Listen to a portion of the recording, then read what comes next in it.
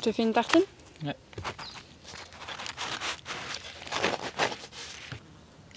Salut et bienvenue dans une nouvelle vidéo. On se trouve dans la région du Souss, donc c'est au sud de la ville de Agadir, et on va te présenter 3 architectures vraiment intéressantes qu'on a visitées. Et on profite de ce moment pour te parler d'un produit culinaire qu'on affectionne particulièrement et qui est typique de la région. Ça s'appelle le hamlou. C'est fait à base de noix d'argan, d'huile d'argan, de miel. Et alors après, c'est soit avec des amandes, soit avec des cacahuètes. Donc en fait, ça se rapproche un peu de la pâte à tartiner du beurre de cacahuète. Ça compose tous nos petits déjeuners depuis un petit temps. Et on en trouve souvent au bord de la route. Alors c'est super bon, c'est super protéiné. Et c'est très local, comme les architectures qu'on va te présenter. Hello, nous c'est Agathe et Mathieu, un couple d'architectes passionnés d'exploration et de construction en tout genre. Nous sommes partis à la découverte des paysages et des architectures méconnues du continent africain, à bord de notre vieux Defender nommé Ascarena. Paré au démarrage? Allez, on t'emmène avec nous. Notre voyage tourne autour d'une citation qui est que le patrimoine architectural d'un pays est le miroir de sa société. Dans cette vidéo, nous allons te présenter 3 projets de restauration d'une architecte qui œuvre justement pour que sa société puisse comprendre d'où elle vient, comment elle vivait et comment elle a évolué. Bref, son histoire. Nous avons déjà évoqué le nom de cet architecte à plusieurs reprises dans nos vidéos et il nous semblait important de revenir sur son travail parce que les 3 projets qu'on va te présenter en font partie. Cette personne, c'est Salima Nagy, une architecte franco-marocaine qui semble porter à elle seule tous les projets de restauration du patrimoine marocain, dont aucun autre architecte ne veut parce que trop compliqué, trop long, trop complexe, trop politisé. C'est en commençant par la rénovation du Ksar d'Assa, qu'on t'a présenté dans une précédente vidéo, que Salima Nagy acquiert une expertise importante dans l'utilisation au Maroc des matériaux locaux. En parallèle de ces projets de restauration, elle mène de plus petits projets publics dans des territoires reculés du Maroc. Et elle essaye à chaque fois de mettre en avant les matériaux locaux, les matériaux disponibles sur place. C'est ainsi qu'un musée, un théâtre en plein air, un café, une clinique, mais aussi des locaux pour des coopératives artisanales de femmes sont apparus en pierre et en terre. Entre 2 chantiers, elle théorise son travail et ses pensées dans des livres qui deviennent en quelque sorte nos guides du Maroc. C'est dans l'un de ces livres, L'architecture du bien commun, que l'on comprend un peu plus son travail sur les greniers collectifs, appelés aussi Igrem ou Agadir. Ce sont vraiment des architectures hyper intéressantes qu'elle a rénovées parce que ce sont des véritables témoins d'une époque où le Maroc devait se protéger des envahisseurs, mais aussi prévoir les années de sécheresse ou de mauvaises récoltes. Tout ça dans un esprit de communauté et de partage. Nous sommes partis à la découverte de ces projets pour mieux comprendre le pays dans lequel nous sommes, le Maroc.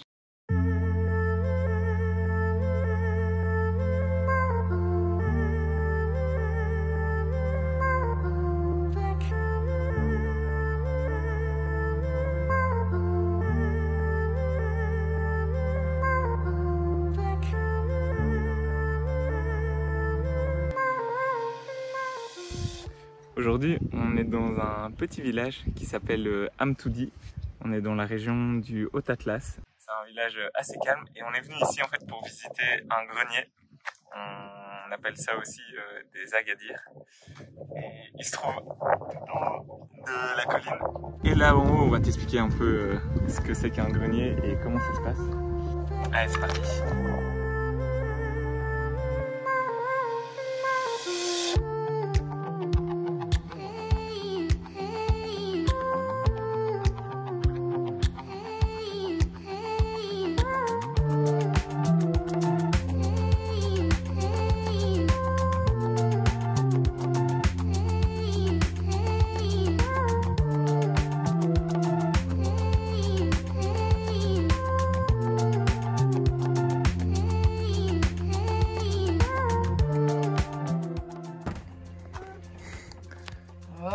Ça va?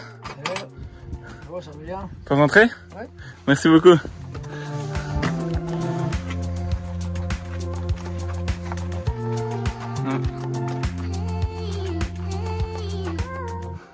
Le grenier, c'est Agadir Nid Issa. Alors ces greniers, c'était des espaces collectifs. Presque toutes les familles en fait du village qui vivaient de l'agriculture utilisaient les espaces du grenier. Il y a plein de petites cellules. Chaque cellule appartenait donc à une famille. Et ça permettait donc en fait que tout le monde puisse avoir à un même endroit ses récoltes protégées. Et donc là on est en train de visiter le grenier avec le gardien. Et ça c'est comme à l'époque, c'est qu'il y avait une personne qui était choisie par la collectivité qui était garant de la sécurité du grenier.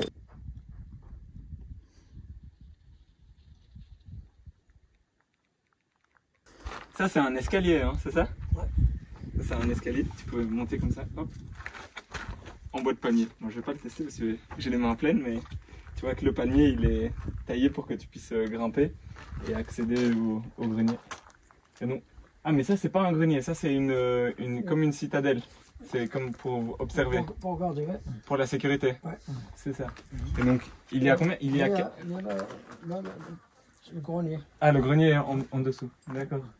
Donc ça c'était une tour de garde. Il y en avait combien sur le site des tours de garde? 3. 3. 1, 2 et la troisième elle est là-bas, c'est ça? Ok. Et donc comme ça, c'est pour ça que ce grenier est mis sur une colline parce que évidemment tu pouvais voir les envahisseurs d'un peu partout.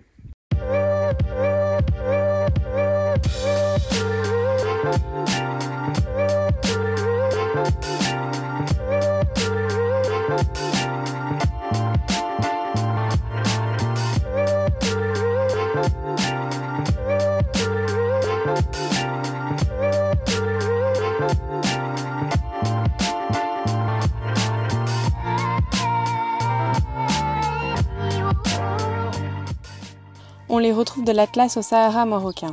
On les appelle greniers collectifs, agadir ou aussi igrem. Cette architecture construite collectivement par les villageois, gérée par la communauté, incarne une démocratie mise en place localement. Il y en avait plus ou moins 300 au Maroc. Ils peuvent être implantés au sommet d'une colline comme au centre du village en fonction de la topographie des lieux. C'était fait pour entreposer les vivres, donc toutes les récoltes agricoles. On les entreposait ici, toutes celles qui pouvaient se garder pour... on ne sait jamais si l'année prochaine il y avait moins d'eau ou que les conditions agricoles étaient plus mauvaises. On avait toujours une réserve pour survivre. Donc c'était vraiment un endroit où on mettait tout ce qui était très important pour nous, qui valait cher, mais surtout qui nous faisait survivre à l'époque. Donc c'est sûrement pour ça qu'il est au-dessus de la colline, parce qu'il était fortifié, il était gardé pour que les gens ne viennent pas piquer toutes ces richesses qu'il y avait à l'intérieur et qui permettaient à la population d'en bas de vivre plusieurs années.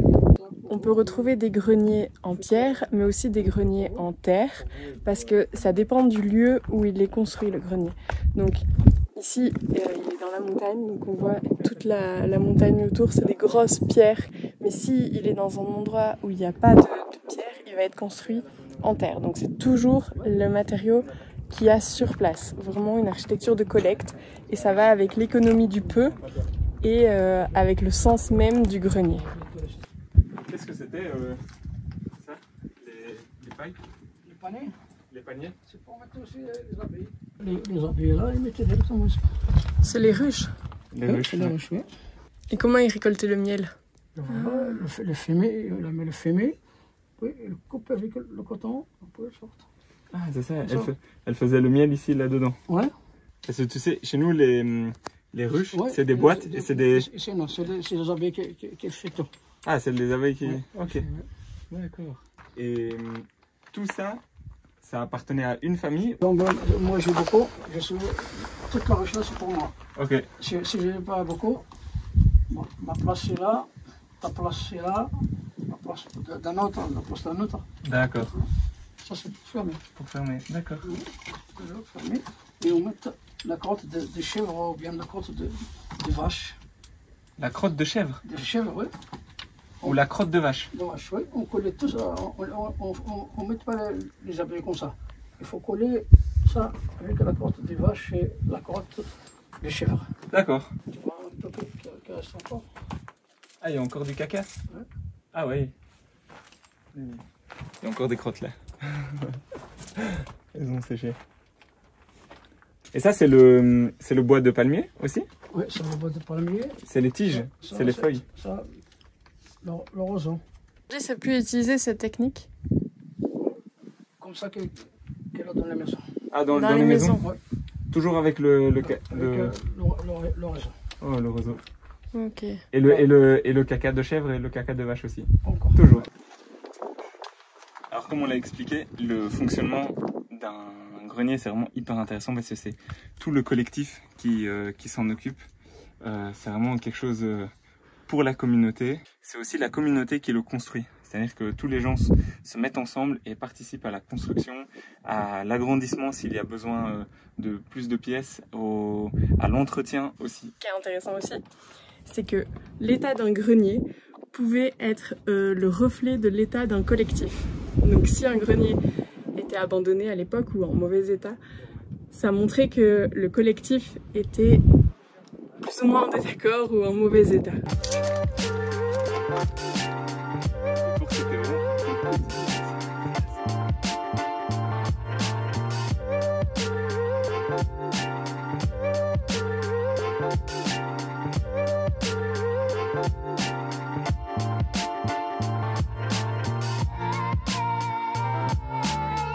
C'est ça, là on est sur le toit. Ah, et alors tu peux monter par là.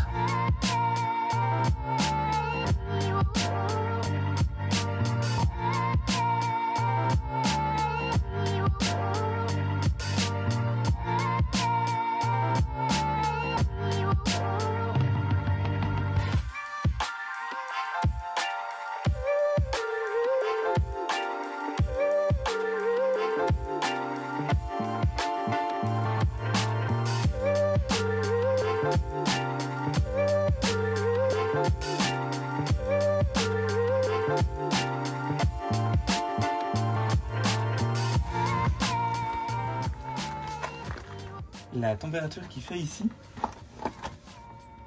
il y a un tout petit courant d'air, vraiment minuscule, mais il fait super frais. Et donc on voit tout ce système d'étagères là, je vais te montrer. Là il y a plusieurs niveaux, t'en as un là, un en bas, et de nouveau ici. Tu pouvais aussi suspendre.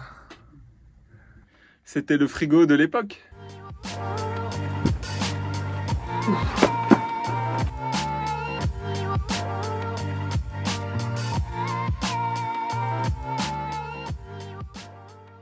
Comment ça s'appelle le village ici?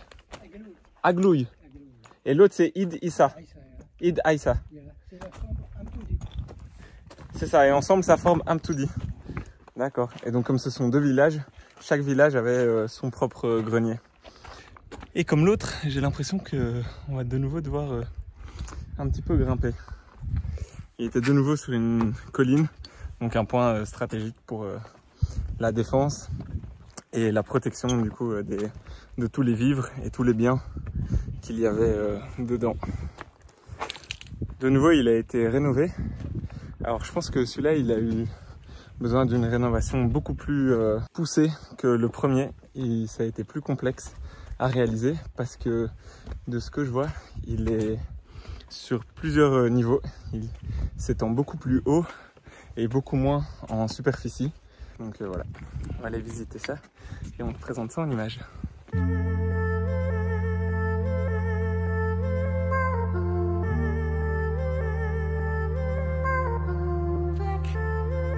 facile ici.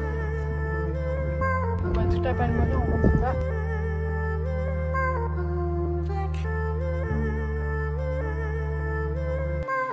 Le village, ils viennent ici.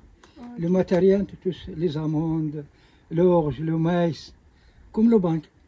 Comme la banque, c'est les coffres-forts. Il y a le coffre-fort. Donc du coup, il y a l'eau de pluie qui arrivait de l'extérieur, qui ruisselait dans le canal ici, qui passait dans le bassin. Et ici, il y a de la terre et ça filtrait l'eau.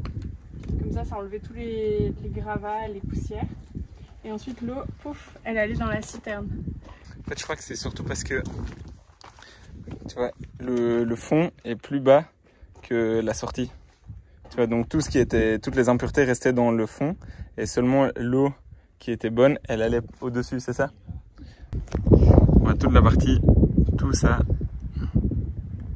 ça a été restauré. Et toute cette partie-là, c'est ancienne. Beaucoup plus compact que le premier qu'on a vu. Et malgré tout, il y a autant de cellules que dans le précédent.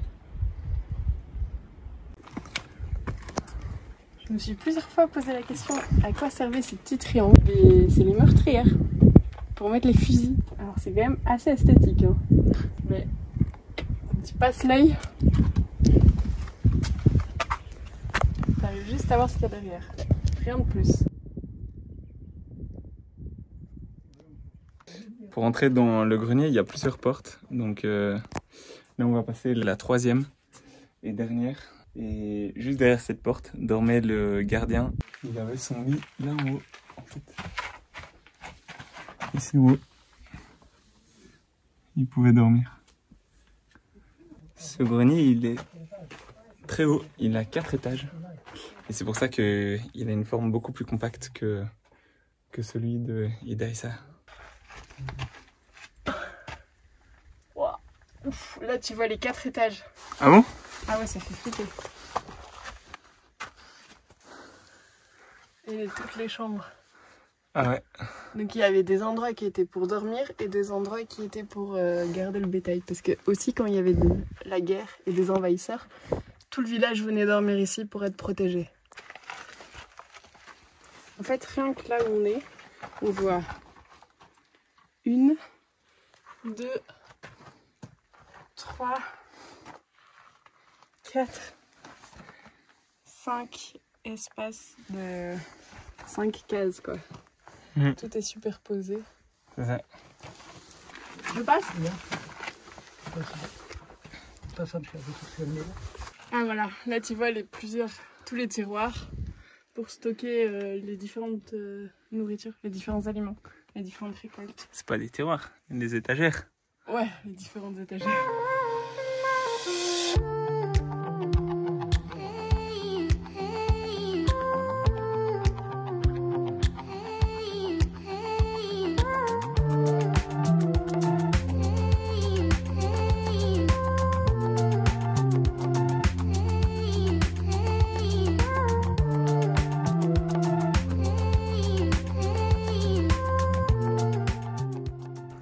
Ça, c'est un rocher. Ils ont tout construit autour de ce rocher.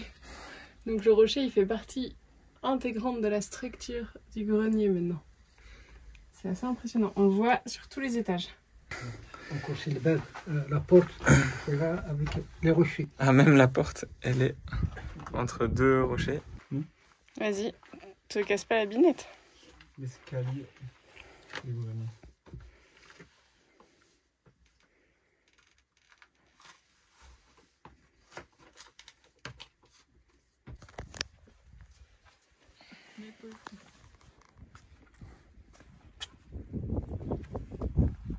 Ah, c'est la terrasse.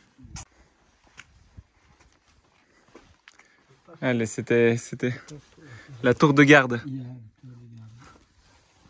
Ah ouais. Et donc un petit peu à l'écart du grenier cette fois-ci, il y avait l'emplacement pour les ruches, juste là-bas, là et là, parce qu'elles étaient à l'abri du vent et bien exposées au soleil.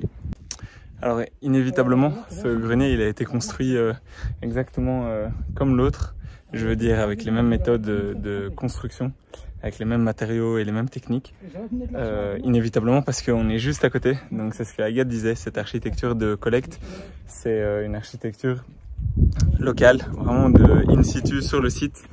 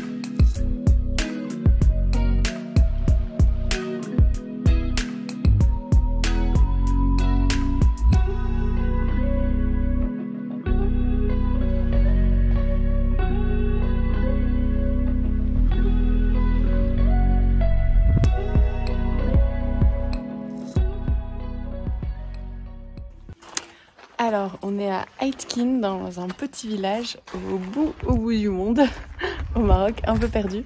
Mais on est devant un grenier, donc un agadir, comme on t'expliquait. Sauf que cette fois-ci, l'agadir, il est au milieu du village. Pas comme les autres qu'on a visités en haut des montagnes. Donc c'est un agadir qui a subi 2 restaurations, une en 2004 et une en 2012, par Salima Nagy aussi. Ah, il y a plusieurs clés. Waouh, impressionnant les clés. Taille de la clé. Ouais. De ce qu'on peut lire, ce grenier il est encore en activité. Apparemment les gens stockent encore de l'orge et des fruits séchés. Il y a aussi des papiers et des biens précieux qui appartiennent aux familles. Par contre, comme dans les autres greniers qu'on a vus, il y a toujours un gardien. Donc c'est lui qui vient de nous ouvrir la porte. Bon allez, on rentre. T'as vu où il a mis la clé? Wow. Ah, ça on l'a vu dans un autre grenier. C'est une échelle. Ce sont des escaliers en fait. Ah, c'est magnifique. Il n'y a que ça. La structure de ce grenier est vachement différente. Ah ouais, c'est incroyable. En fait, c'est ça. Toutes les cases sont dans l'épaisseur du mur qui forment un rectangle, j'ai l'impression. Et à chaque fois, les cases, elles sont sur plusieurs niveaux. Il y a 77 cases dans ce grenier et c'est vrai que c'est une structure complètement différente des autres avec un patio au centre, un peu plus facile à visiter, moins de petits chemins cachés. Ouais, celui-là, il est bien plus facile d'accès. Comme dans les autres greniers, il y a une tour pour surveiller. Elles sont juste là derrière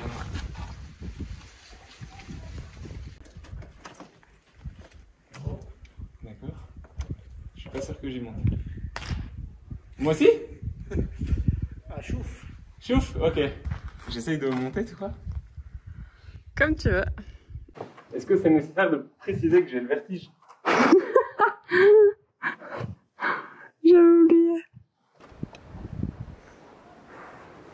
Oh putain, je vais pas y arriver.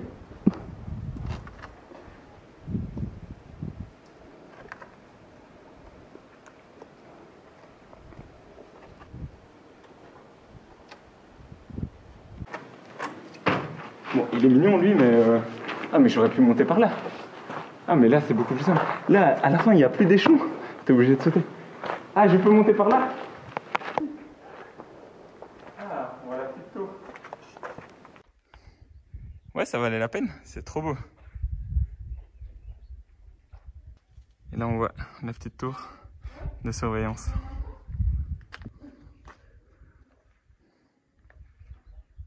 Poum poum. Non. Non? Non. Qu'est-ce que c'est? L'horloge. L'horloge? Oui. Adib. Comment? Ah, ding ding ding ding ding ding. Non. Aïe. Comment? Sac. Adib. Réservoir. Réservoir? Oui. Je comprends pas ce que c'est. C'est fou ça. 3, 30. Ok. Je pense que j'ai compris. C'est pas une horloge, mais plutôt un minuteur.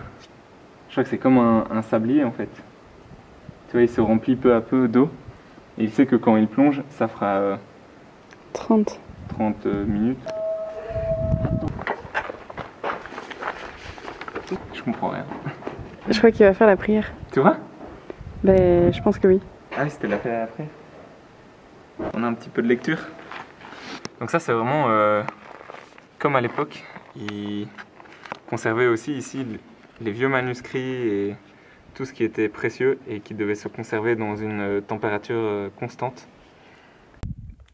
Non mais Théma, comment? C'est trop beau la calligraphie arabe. C'est magnifique. Il y a un truc dont on t'a pas encore parlé, c'est les types de serrures qu'ils utilisaient et qu'ils utilisent encore maintenant. C'est vraiment très particulier au Amazigh. Ça, on va dire que c'est comme si c'était le boîtier de la serrure et ça, le loquet. Tu mets la clé là, tu soulèves d'une certaine manière et ça permet de débloquer ce petit morceau de bois qui va reculer et du coup, tu vas pouvoir ouvrir la porte. Tu as besoin d'aide?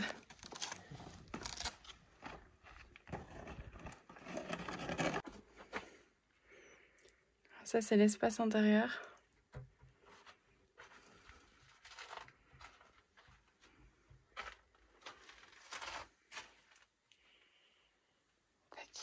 Pas très grand, hein.